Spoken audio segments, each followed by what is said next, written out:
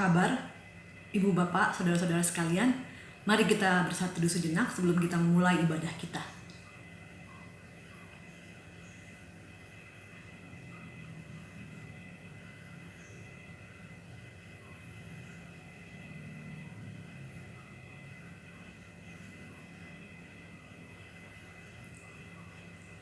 Apa kabar, Oma Opa, saudara-saudara sekalian? Semoga semua dalam keadaan sehat. Jika ada yang sedang sakit, semoga tetap dapat mengikuti ibadah hari ini. Mari kita memulai ibadah hari ini dengan menyanyi dari Kidung Jemaat 383, lagu yang sangat indah. Sungguh indah kabar mulia, hai percayalah.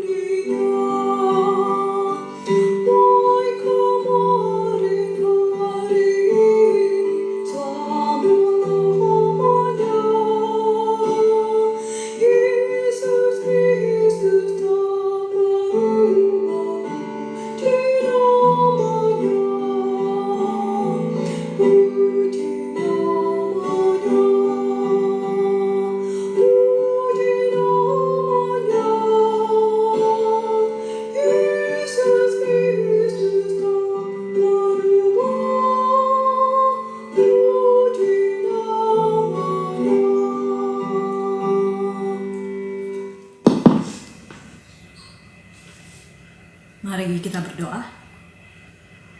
Allah Bapa yang baik, terima kasih ya Tuhan untuk hari baru yang Kau berikan. Kiranya kami boleh memanfaatkan hari baru ini menjadi kesempatan baru juga bagi kami untuk memperbaiki diri kami menjadi lebih baik daripada hari-hari sebelumnya dalam menjadi penolong, menjadi teman bagi sesama kami, dan juga boleh melakukan hal-hal yang berkenan di hati-Mu ya Tuhan. Tolonglah kami agar kami boleh siap untuk mendengarkan firman Tuhan, dan kami mau menjadi pelaku-pelaku firman Tuhan. Terima kasih ya Bapak yang baik. Amin.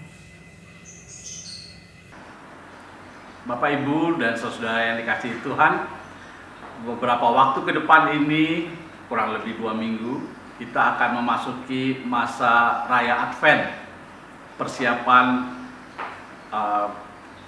kebaktian Natal. Jadi persiapan Natal yaitu Advent. Dan firman Tuhan yang akan kita baca pada hari ini mempersiapkan diri kita untuk memasuki masa Advent tersebut. Firman Tuhan tersebut diambil dari kitab Lukas pasal yang kedua ayat 10 dan 11. Lukas pasal yang kedua ayat 10 dan 11 yang berbunyi demikian. Lalu kata malaikat itu kepada mereka, "Jangan takut, sebab sesungguhnya aku memberitakan kepadamu kesukaan besar untuk seluruh bangsa. Hari ini telah lahir bagimu juru selamat, yaitu Kristus Tuhan di kota Daud." Bapak, Ibu, dan saudara yang kasih Tuhan, firman Tuhan yang kita baca tadi merupakan bagian dari kisah bagaimana malaikat memberitakan kelahiran Yesus, memberitakan Natal itu kepada para gembala yang sedang berjaga di padang untuk menjaga kawanan ternaknya. Dan itu terjadi pada waktu malam.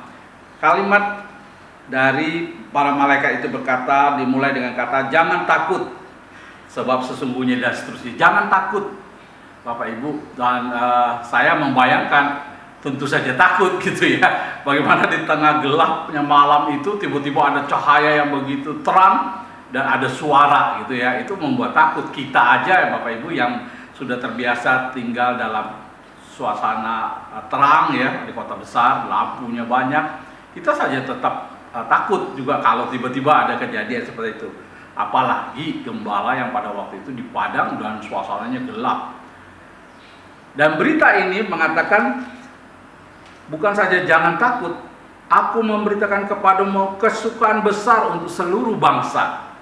Ada satu kesukaan besar, yaitu kelahiran Yesus Kristus, Natal itu. Dan ini membuat semua orang akan mempunyai semangat yang luar biasa. Sampai hari ini, termasuk kita pun juga, kita merasakan ada satu sukacita yang besar ketika kita mempersiapkan Natal, masa raya Advent itu. Dan bukan hanya orang Kristen atau orang percaya, tetapi orang-orang di seluruh dunia mempersiapkan segala sesuatu dengan caranya masing-masing, gitu ya. Kalau Bapak Ibu tahu, dalam beberapa waktu yang lalu, beberapa tahun yang lalu, itu perayaan persiapan Natal itu sudah dimulai pada waktu bulan November seperti sekarang ini ya. Di mall dan lain sebagainya sudah banyak sekali persiapan menyambut Natal dengan segala macam caranya. Bapak Ibu dan saudara yang dikasihi Tuhan, saya ingin mengajak kita merenungkan satu bagian yang lain, sisi lain daripada persiapan kita menyambut masa raya Advent ini. Yaitu kita melihat dari sisi bagaimana ada sebuah perpisahan yang besar yang terjadi di surga pada saat itu. Allah datang ke dunia menjadi manusia dengan tujuan menderita dan mati di atas kayu salib, menebus dosa seluruh dunia, menebus dosa kita semua. Itu satu perpisahan yang menyedihkan karena memang tujuannya sudah jelas, dan ini adalah pilihan yang bukan satu pilihan yang populer. Kenapa? Karena anaknya yang tunggal itu datang ke dunia untuk mati di kayu salib. Itu satu keputusan yang besar. Ini yang nyata disampaikan di Yohanes 3 ayat 16. Karena begitu besar kasih Allah akan dunia ini, sehingga dia mengirim anaknya yang tunggal ke dalam dunia ini. Jadi satu perpisahan yang besar. Dan saya mau katakan Bapak Ibu dan saudara sekalian, belum tentu yang pergi lebih sedih daripada yang ditinggalkan. Mungkin bagi kita yang menjadi orang tua, ketika anak-anak kita pergi sekolah ke kota yang lain, ke pulau yang lain, bahkan ke negara yang lain, mungkin sebagai seorang anak mereka punya semangat yang luar biasa. Mereka belum tentu mereka menjadi sedih. Bisa saja mereka bersukacita gitu ya. Tetapi yang ditinggalkan yaitu orang tuanya lebih sedih. Kenapa? Karena berpisah dengan anak yang mereka kasihi. Demikian juga keluarga-keluarga yang harus mengirim anggota keluarganya pergi ke medan perang sebagai seorang tentara gitu ya, yang belum tentu pulang gitu. Ya belum tentu bahwa yang pergi itu lebih sedih daripada yang ditinggalkan. Mungkin yang pergi merasa bahwa dia akan berjuang bagi negaranya, berkorban bagi negaranya, tetapi yang ditinggalkan mungkin juga mereka tidak punya kesempatan untuk ketemu lagi. Jadi mereka bisa jadi lebih sedih. Dengan bentuknya seperti itu, pada waktu kita merayakan Natal, ada satu sukacita yang besar karena keputusan Allah mengutus anaknya yang tunggal untuk ke dalam dunia ini menebus dosa kita. Ada satu keputusan yang besar, tapi itu sebuah kesedihan yang luar biasa juga. Jadi Natal juga sebuah perpisahan yang menyedihkan karena keputusan itu membawa dampak yang luar biasa juga kepada manusia karena kasihnya kepada kita. Sehingga kita tetap bisa bersuka cita, Bapak Ibu dan Saudara. Ketika kita memasuki masa Advent, mempersiapkan Natal, apapun keadaan kita, apakah kita kurang sehat, atau kurang sukses dalam bisnis kita, atau pekerjaan kita, dan lain sebagainya, atau sekolah kita, apapun keadaan kita, biarlah kita boleh bersuka cita. Karena Tuhan sudah mengasihi kita melebihi segala sesuatu yang ada. Dan ini membuat kita bisa mempersiapkan masa raya Advent dengan semangat yang tetap boleh percaya kepada Tuhan, karena Tuhan mengasihi kita. Biarlah kiranya firman Tuhan pada hari ini memberkati kita. Amin.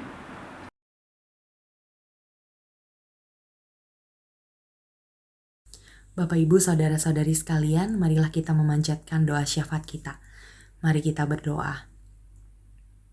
Ya Allah ya Tuhan kami, syukur dan terima kasih Tuhan atas kasih-Mu yang tidak pernah ada batasnya dalam kehidupan kami. Kami bersyukur Bapa, kami punya Allah yang seperti Engkau. Tuhan, kami juga mohon ampun atas segala dosa dan pelanggaran kami yang kami lakukan sengaja maupun tidak kami sengaja dalam kehidupan ini. Dan ajarkan kami Bapa, agar kami tidak melakukan kesalahan dan dosa yang sama. Tolong Tuhan, ampunilah kami. Pada kesempatan ini Tuhan, kami membawakan pokok-pokok doa kami ke hadapan-Mu. Terima kasih Tuhan, kami mengucap syukur untuk keberadaan GKI Delima, gereja kami tercinta, yang tetap dapat melayani para jemaat-Mu Bapa hingga saat ini. Tuhan Kau berkati setiap para pendeta, para majelis jemaat, tata usaha, setiap komisi yang ada di GKI Delima, setiap rayon yang ada di GKI Delima. Tuhan, biarkanlah kami dapat terus melayani Tuhan. Berkati setiap individu yang terlibat di dalam komisi, rayon. Tuhan Yesus, tolong Tuhan, Engkau mau memberikan mereka selalu kekuatan, kesehatan. Terlebih lagi Tuhan, Kau berikan mereka kesetiaan dalam melayani-Mu Tuhan. Bukan karena kuat dan hebatnya mereka, tapi semata-mata hanya untuk memuji dan memuliakan nama-Mu Bapa. Kami tidak lupa berdoa bagi bangsa dan negara ini Bapa. Tidaklah mudah memimpin negara ini di tengah pandemi yang melanda dunia. Tapi kami yakin dan percaya Tuhan, Engkau akan memberikan kepada pemimpin-pemimpin kami kebijaksanaan dalam memimpin negara ini. Agar mereka dapat membuat semua peraturan dan kebijakan-kebijakan yang dapat melindungi kami, yang dapat menjaga kami. Tuhan, kami bersyukur atas keadaan negara kami saat ini, di mana dari hari ke hari kami sudah mulai berangsur-angsur membaik, Tuhan Yesus. Tapi Tuhan, kami serahkan ke dalam tangan-Mu. Janganlah biarkan keadaan ini menjadikan kami sombong dan melupakan protokol kesehatan. Tapi biarkan Tuhan Kau menjaga dan melindungi kami. Bantu kami. Ingatkan kami agar kami dapat tetap terus menaati protokol kesehatan dimanapun kami berada. Tuhan Yesus, sudah hampir 2 tahun pandemi melanda dunia. Kami mohon ampun Tuhan atas setiap dosa kami Tuhan. Mari Tuhan tolong kami, pulihkan dunia ini. Angkat setiap virus dan biarkanlah pandemi ini berlalu Tuhan. Ampuni kami Tuhan. Bapa, kami berdoa bagi setiap keluarga yang mungkin mengalami dampak dari pandemi ini. Mungkin ada di antara kami yang kehilangan pekerjaan. Kami terpaksa putus sekolah. Kami kehilangan orang-orang yang kami cintai. Dan mungkin usaha-usaha yang kami jalani mengalami kebangkrutan Tuhan. Tuhan, kami hanya bisa minta tolong kepadamu Bapa. Tolong Tuhan, berkati kami semua dalam melewati cobaan-cobaan ini. Kami yakin dan percaya Tuhan, kami berseru dan kami berdoa kepada orang yang tepat. Dan kami yakin hanya Engkau Tuhan yang satu-satunya yang dapat menolong kami. Tuhan Yesus, Engkau juga mau memberkati setiap keluarga yang mungkin merencanakan liburan di akhir tahun ini. Tolong Tuhan, Engkau memberkati dan menyertai mereka.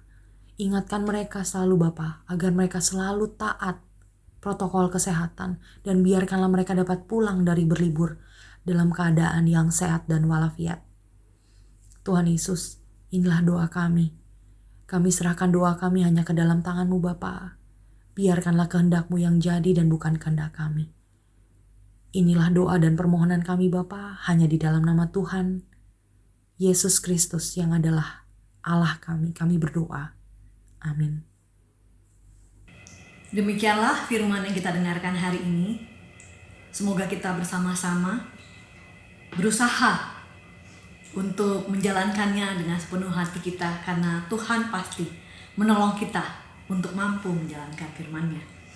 Mari kita menyanyi untuk menutup ibadah kita hari ini dari NKB 129, Indah Mulia, Bahagia Penuh, Bersandarkan Lengan yang Kekal.